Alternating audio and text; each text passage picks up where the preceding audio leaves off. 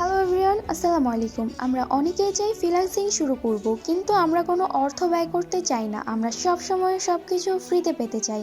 এখন যে freelancing sector থেকে আমরা আমাদের ক্যারিয়ার করব, আপনার ক্যারিয়ারটা কি খুব সহজে চলে আসবে?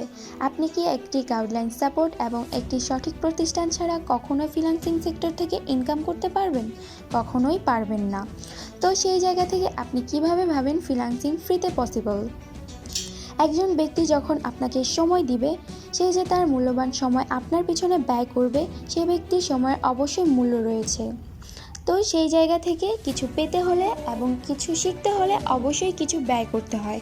এখন যারা আমাদের ফ্রিল্যান্সিং সেক্টর থেকে ইনকাম করতে চান এবং কাজ শিখতে চান, তারা এখনই আমাকে ইনবক্স করুন।